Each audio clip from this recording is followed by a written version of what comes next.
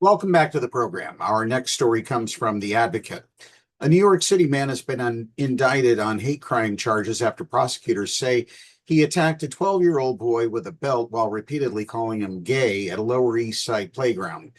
Manhattan District Attorney Alvin Bragg announced Thursday that Kevin Maxwell, age 37, faces charges including second-degree assault as a hate crime, third-degree assault as a hate crime, and endangering the welfare of a child. He was also charged with criminal possession of a weapon and aggravated harassment. Maxwell, a Brooklyn resident, was arrested on July 5th. According to prosecutors, the boy was with friends at Baruch Playground in the New York City Housing Authority's Bernard M. Baruch Houses on April 29th when Maxwell approached him and warned him to watch his property so it would not be stolen.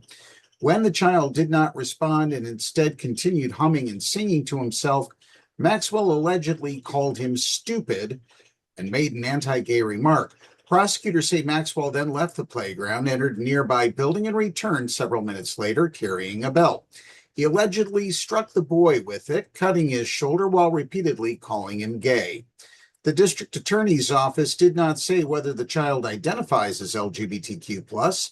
Hate crime laws cover attacks motivated by a victim's actual or perceived sexual orientation.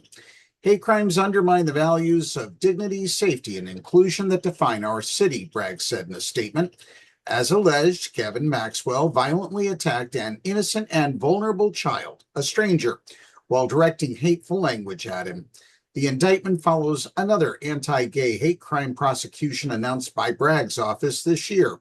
As the Advocate previously reported, a Manhattan grand jury indicted Tavon Thompson in May over an alleged 2023 attack at a Harlem subway station, where prosecutors say he punched a stranger while shouting anti-gay slurs.